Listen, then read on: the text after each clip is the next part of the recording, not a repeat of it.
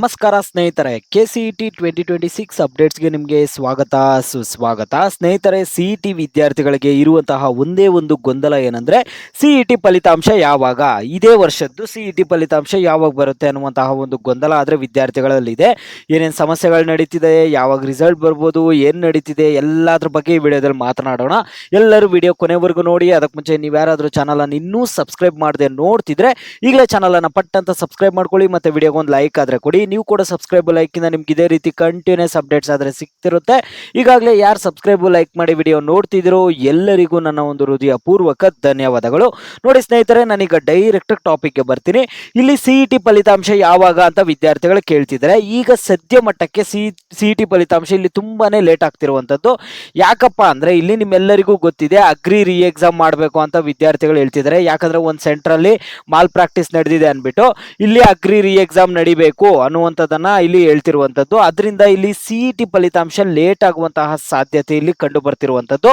ಇನ್ನೊಂದು ವಿಷಯ ಇಲ್ಲಿ ಏನಂದ್ರೆ, ಇಲ್ಲಿ PUC ಎಕ್ಸಾಮ್ 2ರ ಇಲ್ಲಿ ಎಕ್ಸಾಮ್ ಅಂತೂ ಅನ್ನುವಂಥದ್ದನ್ನ ಮುಗಿಬೇಕು. ಇದೆಲ್ಲ ಮುಗ್ದಾದ್ಮೇಲೆ ಒಂದ್ 2-3 ದಿನದಲ್ಲಿ ನಿಮ್ಗೆ ರಿಸಲ್ಟ್ ಅನ್ನೆಲ್ಲ ಕೊಟ್ಬಿಡ್ತಿದ್ರು.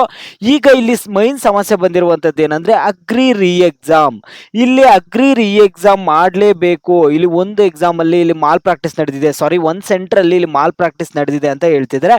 ಅದರಿಂದ ನಿಮ್ಗೆ 1 ತಿಂಗಳವರೆಗೂ ಕೂಡ ಇಲ್ಲಿ ಮುಂದೂಡಿಕೆ ಆಗುವ ಸಾಧ್ಯತೆ ಕಂಡು ಬರ್ತಿದೆ CET ಫಲಿತಾಂಶ. ನೀವು ವಿದ್ಯಾರ್ಥಿಗಳು ಕೇಳ್ಬೋದು, ಈಗ ಎಲ್ಲೋ ಒಂದು ಸೆಂಟ್ರಲ್ ನಡೆದಿರೋದ್ರಿಂದ ರೀ ಎಕ್ಸಾಮ್ ಮಾಡ್ತಾರ ಅಂತ. ಹೌದು, ಖಂಡಿತವಾಗ್ಲೂ ನಿಮ್ದು CET ಎಕ್ಸಾಮ್ ಯಾವುದೇ ತೊಂದರೆ ಇರಲ್ಲ. ಈಗ KCET ಏನ್ ಬರ್ದಿದ್ದೀರಾ ಆ ಒಂದು ಎಕ್ಸಾಮ್ ಎಲ್ಲ ಸಕ್ಸಸ್ಫುಲ್ ಆಗಿ ನಡೆದಿದೆ, ಅದ್ರದ್ದು ಯಾವುದೇ ಸಮಸ್ಯೆ ಇಲ್ಲ. ಅಗ್ರಿದ್ ಮಾತ್ರ ರೀ ಎಕ್ಸಾಮ್ ನಡೆಸ್ತಾರೆ ಇಲ್ಲಿ.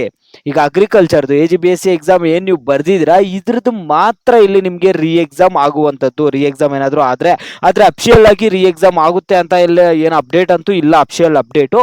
ಈಗ ನೀವು ಫಲಿತಾಂಶದ ಬಗ್ಗೆ ಕೇಳೋದಾದ್ರೆ ಸ್ನೇಹಿತರೆ, ನಿಮ್ಮ ಒಂದು CET ಫಲಿತಾಂಶ ಸದ್ಯಕ್ಕೆ ಬರಲ್ಲ. ಎಲ್ಲ ಕರೆಕ್ಟ್ ಆಗಿ ಇದ್ದಿದ್ರೆ ನಿಮ್ಗೆ ಆದಷ್ಟು ಬೇಗನೆ ನಿಮ್ಗೆ CET ಫಲಿತಾಂಶ ಬಂದ್ಬಿಡ್ತಿತ್ತು.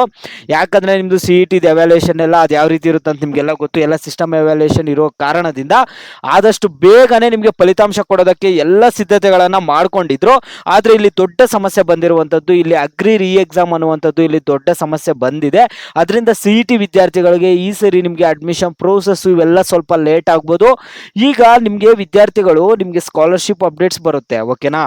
ಇದೇ ಟೈಮಲ್ಲಿ ನಿಮ್ಗೆ ಸ್ಕಾಲರ್ಶಿಪ್ ಅಪ್ಡೇಟ್ಸ್, ಯಾವ ವಿದ್ಯಾರ್ಥಿಗಳು ಸ್ಕಾಲರ್ಶಿಪ್ಸ್ ಬರುತ್ತೆ ಏನು ಅಂತ ನಮ್ಮ ಚಾನಲ್ ಕಡೆಯಿಂದ ನಿಮ್ಗೆ ಒಂದೊಂದಾಗೆ ಸ್ಕಾಲರ್ಶಿಪ್ ಅಪ್ಡೇಟ್ಸ್ ಕೊಡ್ತಿರ್ತೀನಿ.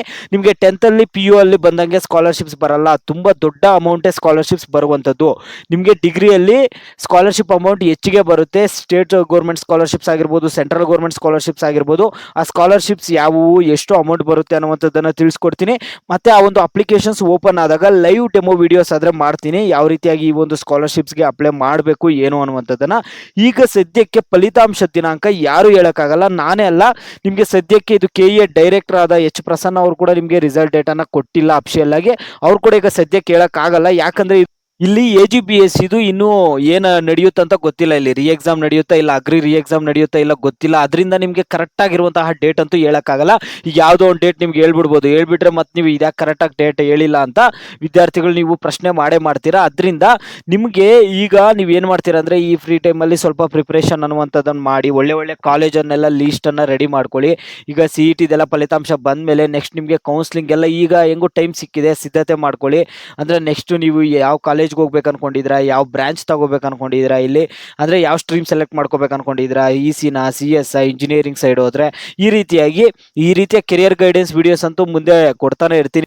ಈಗ ನಿಮ್ಮ CET ಫಲಿತಾಂಶ ದಿನಾಂಕದ ಬಗ್ಗೆ ಸಾಕಷ್ಟು ಜನ ವಿದ್ಯಾರ್ಥಿಗಳು ಕೇಳ್ತಿದ್ರೆ, ಅದ್ರದ್ದು ಅಫಿಷಿಯಲ್ ಡೇಟ್ ಅಂತೂ ಇಲ್ಲ ವಿದ್ಯಾರ್ಥಿಗಳೇ. ನಿಮ್ಗೆ ಎಕ್ಸಾಕ್ಟ್ ಡೇಟ್ ಅಂತೂ ಕೊಡಕ್ಕಾಗೋದೇ ಇಲ್ಲ ಈಗ, ಓಕೆನಾ. ನಿಮ್ಗೆ ಎಕ್ಸಾಕ್ಟ್ ಡೇಟ್ ಅಂತೂ ಈಗ ಸದ್ಯಕ್ಕೆ ಕೊಡಕ್ಕಾಗಲ್ಲ. ನೀವು ಸ್ವಲ್ಪ ದಿನ ವೆಯ್ಟ್ ಮಾಡಿ, ನಿಮ್ಗೆ ಅಪ್ಡೇಟ್ ಆದ್ರೆ ಬರುತ್ತೆ.